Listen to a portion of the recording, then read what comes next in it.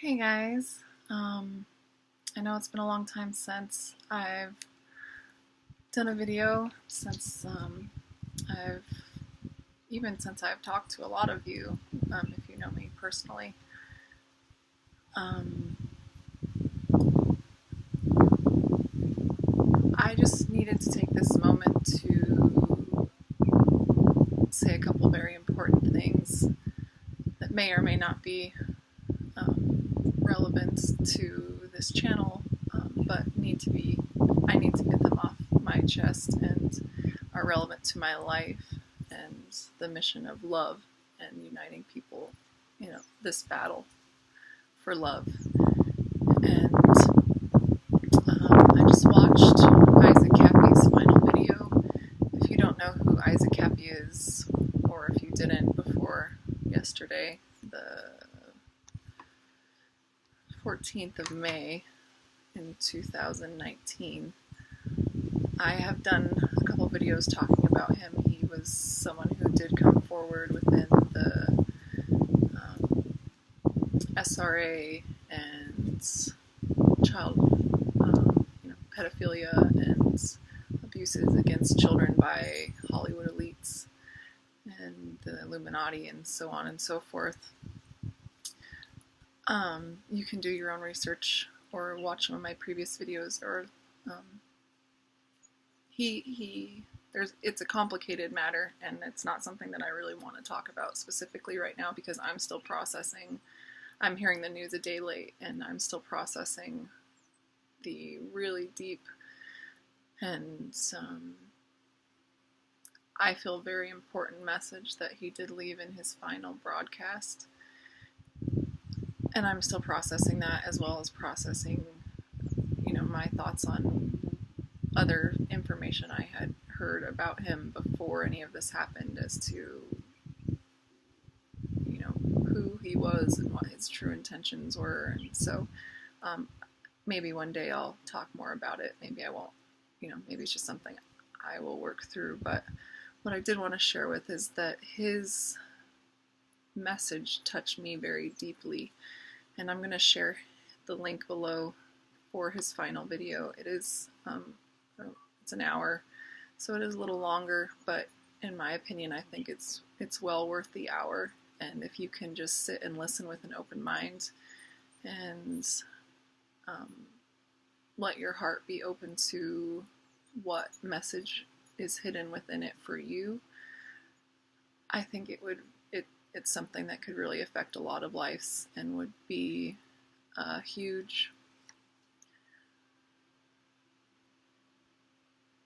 benefit to bringing love and the kingdom of goodness here and now.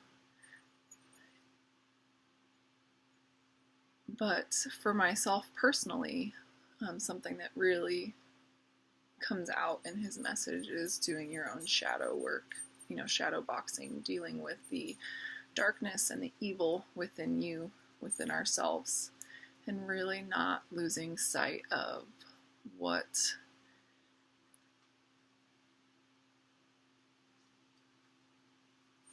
really matters, and that's what's going on in your heart, who you are choosing to be within each moment, because it changes, and all of us change, and go back and forth, and how important it is to be very present in the moment, to be very aware, to be very mindful, to stay conscious, to stay alert, and to stay vigilant.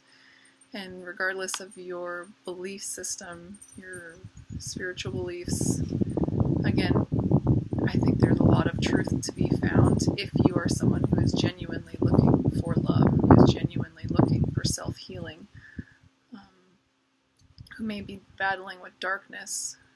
I mean, we all are battling with darkness in one way or another, but if you feel it very strongly oppressing you and creeping in around you, there's a lot of very good knowledge and wisdom to be garnished, in my opinion. And specifically, what I needed to share publicly and what I needed to do was make a declaration against alcohol in my life.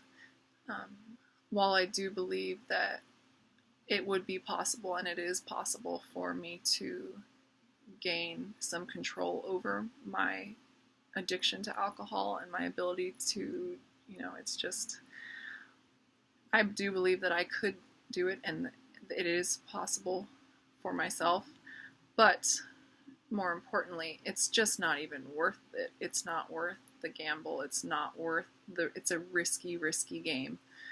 All it takes, and I've had way, way too many close calls and really horrible decisions that could have been absolutely devastating, not only to myself, life ending, but more importantly, devastating to the people around me and to the people in my world, and how incredibly selfish that would be, just for a buzz, or just to enjoy the party, or just to be the life of the party, or just to calm my nerves or make me feel less, socially awkward in social situations.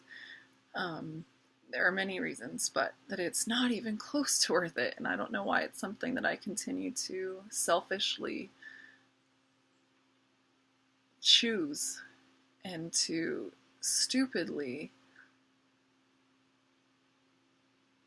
choose in the moment for it to be more important or not as serious of a thing as it is. And I know that it is a very serious problem, and very, very, it's something that I think our whole culture and our whole society really deals with and battles with. And it's something I learned in school and have seen time and time again, that, we have created this party atmosphere, and this, it's very socially acceptable to drink, and not, no knocks on anyone who does choose to drink or who's suffering with their own issues with it. I just mean that our culture in general really idolizes it.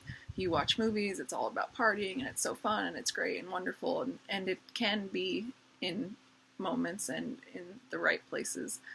But if you see how much we idolize it, how much we lift it up, how much we make it look like this awesome thing, and then when you see the total devastation and destruction that it has brought on so many people, addiction in general, people lose their homes, their lives, their families, their children, take other people's lives. It is completely devastating substance, and I don't think that there's any coincidence that it is called spirits. I believe it opens up doorways and gateways to entities that can come in, and that your soul, does need to flee when you put yourself on a certain vibration, when you have too much alcohol, and it does allow other forces to have access to, in ways that you don't want them to, if you were aware. But that we put so much, amplification of how great alcohol is and how wonderful, and let's do it, and it's socially acceptable, especially in comparison to something like cannabis that has a lot of healing properties, and yes, can be abused as well, but does have a lot of healing properties and can be used in the right way for people who do need it. And that is so stigmatized, and is being changed a little bit now, but is also being tainted and twisted and perverted, and it's becoming not natural. We're putting it into syringes and candies, and we're toying with it in ways that I think can also open up a lot of possibilities for more toxins to be thrown into it as well. But that we do so much to lead people towards alcohol and encourage it, and then when they do get sucked into it and it digs its claws in, and it still is something that has stuck with me, that alcohol is something that literally will sandpaper you to death. It's like sandpapering yourself to death, because it's slow, it's so gradual you may not even notice it, but slowly and slowly and slowly you are killing yourself, you are damaging yourself in so many ways. And when you see the people who, when it has hit that point to the extreme that they can't even stop, I mean, it's one of the only things that with the withdrawal from it can kill you, which is crazy. And that we still do it. But when you see someone who gets caught in that, And I would definitely say that I have been close to that. You know, the fact that that I put myself at risk so many times. I could have been that person that let it destroy myself and the lives of so many people around me.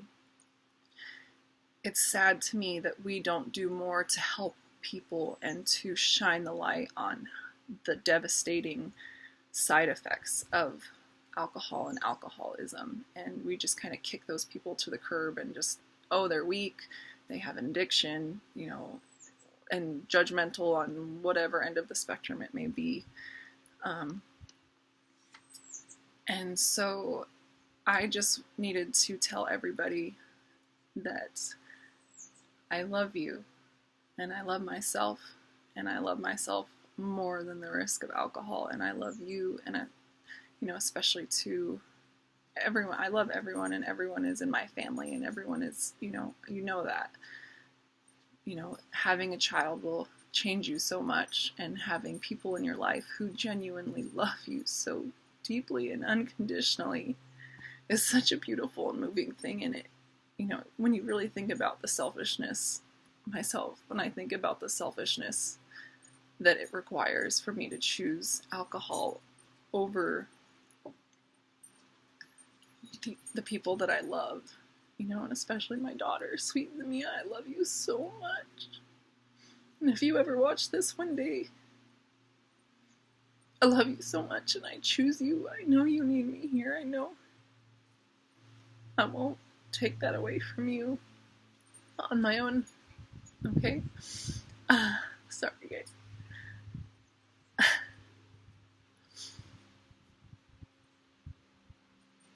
So I just want to let everybody know that from here on out,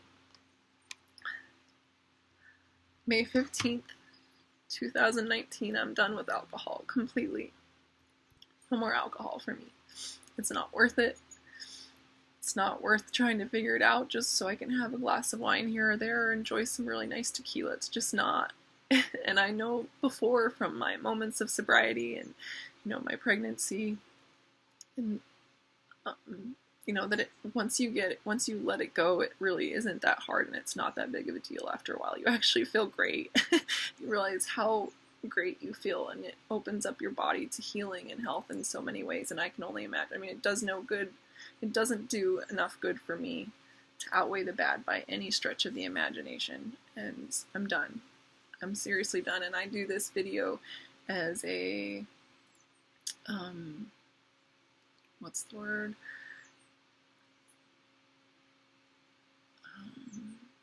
Excuse me, guys. I'm a little bit emotional if you couldn't tell.